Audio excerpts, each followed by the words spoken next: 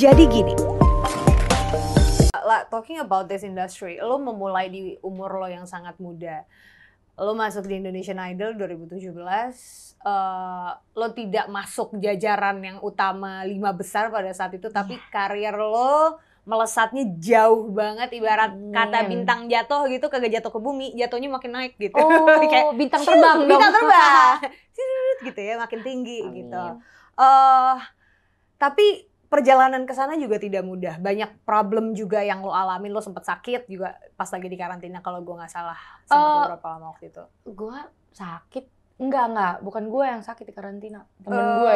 Oh, temen lo justru yang sakit? Temen gue yang sakit. Kalau gue kasus yang itu. Kasus yang itu. Yang akhirnya lo memilih apa ya? Maksudnya orang pada mikir, tadi lo sempat ngomong, dia gede boosternya cuma gara-gara kasus. Seperti itu doang. Pada saat itu gimana lah, kan ketika fame udah di depan mata, lo udah siap untuk terbang, tiba-tiba ada yang kayak narik sayap lo lagi untuk bikin lo nggak bisa kalau ditanya waktu itu adalah masalah paling besar yang pernah gue alamin, paling mengagetkan, dan gue bahkan nggak tahu cara gue harus ngapain waktu itu. Gue nggak tahu. Karena gue benar-benar nggak tahu itu siapa juga gue kagak tahu. Kalau ditanya sekarang, gue bersyukur atas itu karena itu membantu gue menjadi lebih tahan banting, dan juga itu jadi booster juga sih, mau nggak mau ya. Itu juga yang bikin orang-orang banyak tahu gue, walaupun kadang si image itu masih ngikutin gue. Waktu itu gue tuh gimana ceritainnya, gue ngomongin ini cuma di beberapa interview doang. Waktu itu tuh gue nangis pokoknya karena gue sampai telepon papa kayak, ini bukan Cece. Terus papa sama mama kayak, iyalah kita tahu anak kita, dari ujung kaki sampai ujung kepala, that's not you. Sahabat-sahabat gue aja bilang kayak, ya ampun ini harus gimana ya, kan itu bukan Lala gitu-gitu. Karena orang-orang yang pernah ketemu gue langsung tahu kalau gue nggak mungkin melakukan hal seperti itu. Tapi ada berita itu kan. Terus dulu gue ditawarin untuk press conference sama idolnya, karena image-nya mereka juga terpengaruh kan waktu itu. Ngawarin gue buat press conference, dan bokap gue nolak. Waktu itu gue nangis, gue tanya kenapa papa tolak, ini kesempatan kita buat bersihin nama. Terus kata papa, ngapain? Itu kamu? Bukan. Ya udah, kalau misalnya orang nuduh, liatin si orang itu pencuri, yang harus ngasih bukti siapa? Yang nuduh kan? Ya udah, kamu nggak usah ngapa-ngapain. Biarin orang-orang itu yang membuktikan kalau misalnya mereka rasa itu kamu. Ya udah, gue diem. Terus gue tetap nyanyi. Dan intinya idol kan, walaupun bokap gue menolak press conference itu, mereka tahu kalau itu bukan gue juga kan. Maksudnya kita udah verified, kita udah verifikasi dan segala macam. Ya gue tetap nyanyi kan besoknya. Tetap ngelanjutin manggung itu yang bikin gue hancur. Tapi gue ingat kata-kata bokap gue, udah nggak perlu khawatir, it's not you. Ya udah, gue cukup berpegangan pada kata bokap gue yang itu bukan gue. Jadi ya udah, berat sih. Gue tahu kalau gue jalan kemana waktu itu tatapan matanya orang tuh mengartikan sesuatu. Kalau bisa gue lihat ada orang tuh dekat gue bisa lihat. Tapi kan bukan gue. Kenapa gue yang harus menanggung malu itu? Kasihan sih Mbak itu malah. Iya sih. Dia nggak tahu. Yang sampai sekarang kita nggak tahu itu siapa. Iya, malah kasihan dia. Tapi endingnya lo tau nggak itu siapa? Enggak. Tapi teman-teman gue sempat yang berusaha nyari sampai dapat. Gue udahlah, kalau nggak dapat nggak apa-apa, kasihan tau, mungkin dia malah bersembunyi sekarang. Karena itu sebenarnya dia. Koleksinya bocor lagi kayak gitu, jadi viral. Karena kalau gue ngelihat waktu itu tuh sampai gue saking traumatiknya, sampai gue lupa some of the scenes yang terjadi saat itu. Kehapus, lama-lama kehapus juga gitu kan. Kalau ditanyain sekarang sih gue agak-agak lupa. Tapi yang pasti gue sempat nangis sekali. Nelfon bokap itu, abis itu gue gak ada nangis lagi. Sampai gue manggung gue gak ada nangis. Sampai yang gue manggung yang ditanyain sama Bunda Maya itu, kamu kuat, kamu bintang, itu baru di atas panggung tiba-tiba. Karena waktu itu gue deg-degan, gue takut gak ada yang nonton gue, gak ada fans gue, karena image gue nih buruk atau sesuatu yang bukan gue. Pas gue keluar, ternyata masih banyak mendukung gue. Waktu itu gue terharu banget, terus gue nangis. Itu doang gue nangis, habis itu gak ada lagi. Lo kepikir untuk berhenti gak pada saat itu ketika permasalahan itu terjadi? Enggak. Waktu itu sih gue fokusnya bersihin nama. Ya menurut bokap gue salah. Lo gak perlu bersihin nama, kali itu bukan lo. Santai aja kalau kata papa.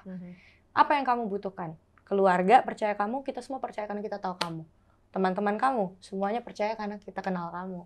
So what do you need more? masyarakat. Yaudah sih namanya mereka lagi kena hoax, yaudah biarin nanti juga pelan-pelan terbukti sendiri. Dan hilang sendiri Dan hilang sendiri. Jadi gue nggak pernah berpikir untuk berhenti sih. Oke, teman-teman mungkin ini jadi apa ya? Ini trigger warning juga untuk teman-teman yang juga pernah mengalami hal seperti Lala, atau mungkin kalian ada dalam relationship di mana salah satu pasangan kalian selalu atau pernah dipaksa untuk mendokumentasikan hal yang bikin kalian gak nyaman dan ternyata efeknya bisa panjang kayak gini, apalagi bisa merugikan nama orang lain yang gak ada kaitannya seperti yang Lala alamin. Please talk to someone, karena kalian punya hak, kalian punya authority atas tubuh kalian sendiri. Jadi jangan pernah mau diperlakukan tidak pantas walaupun itu sama pasangan kalian sendiri. Ini pelajaran berarti banget sih. Karena mungkin banyak yang nggak berani speak up, ya soalnya aku sayang sama pacar aku, buat koleksi pribadi juga nggak apa-apa. No, it's not a reason. Aku punya sih beberapa teman-teman kayak begitu. Sampai gue bilang kayak, lu lihat gue nih. Yang bukan gue aja gue harus go through that. Apalagi kalau itu lu nya sendiri gitu. Karena kita akan selalu disexualized, di-objectify. Sebenarnya kalau gue nggak disexualized dan tidak di-objectify oleh masyarakat yang waktu itu baru nonton gue, mereka nggak akan percaya kalau video itu gue. Masalahnya pas gue keluar di video audisi gue tuh gue mungkin cantik dan mungkin gue sex appeal-nya banyak banget. Jadi pas keluar berita itu tuh orang-orang tuh yang kayak, itu pasti dia, anjir ini dia nih, langsung percaya gitu. Memenuhi fantasi karena di mereka fantasinya sendiri. Mereka tuh gue tuh udah kayak gitu. Jadi gue korban banget gitu. Udah beritanya gue nggak tahu siapa. Tapi kalau ada kesempatan lo untuk ngomong sama perempuan yang ada di video itu, lo mau bilang apa sih lo? Aduh, gue pertama gue mau say sorry to you.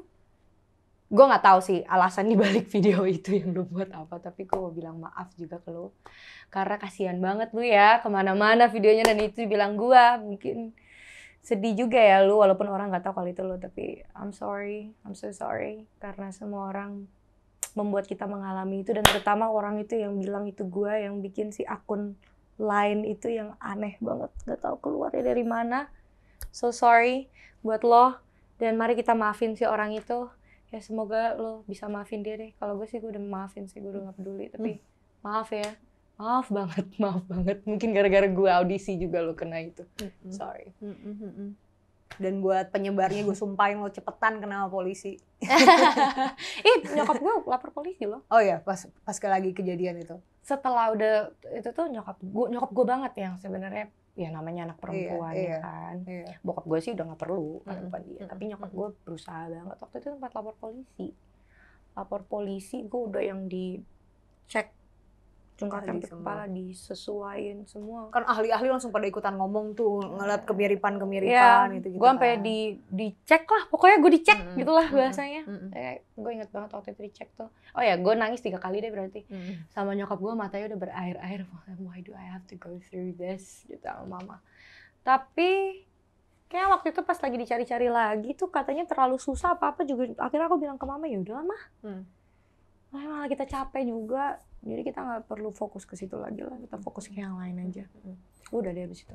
Dan bokap juga bikin lo lebih percaya diri bahwa ya karena itu bukan gue, jadi gue nggak perlu terlalu pusing. Waktu itu tuh yang lebih drama banget mama sih. Mama yang, wah ini kok bisa ini anak mama gitu kan. Mama sedih banget. Sad. Oma lo gimana lah? Oma semua ya, aku nggak pernah nanya sih. Tapi pasti waktu itu hancur banget lah Oma. Tapi kan Oma tahu lah kan, jadi pasti udah tahu kalau itu bukan gue juga. Cuma pasti mereka sebel sama takdir mungkin, atau mereka sebel sama keadaan waktu itu. Itu keadaan yang berat buat semua orang. Dan gue rasa yang paling biasa aja gue malah sama bokap. Karena kalian punya karakter yang serupa tadi. Itu karena karakter itu, dan bokap kan yang waktu itu datengin emang papa doang kan yang datengin, ya papa aja yang udah pernah ngomong langsung sama aku, udah nggak usah peduli, it's not you. Waktu itu gue sampai, papa nih kenapa sih ini kita harus fight back nih, ayo kita itu tuh yang tadi katanya press conference gitu. Papa bilang justru kalau kata papa, justru kalau lu press con lu ngaku. Menurut papa gitu, nggak usah press con. Karena bukan lu. Kalau lu pi itu nanti, kalau kata orang, kalau nanti lu pi, itu lu pengen banget gitu membuktikan kalau itu bukan lu. Justru karena itu bukan lu, jadi ya udahlah. Terus papa cabut. Oke. Ini gue harus gimana nih? Bentar lagi gue mau live nih. Hah? Beneran itu semarah. Papa kenapa keras sekali? Tapi ternyata itu pilihan terbaik yang pernah papa buat aku. Karena kayak kalau papa nggak kayak gitu, mungkin barang itu masih menempel di gue aja sebagai itu gue. Gitu.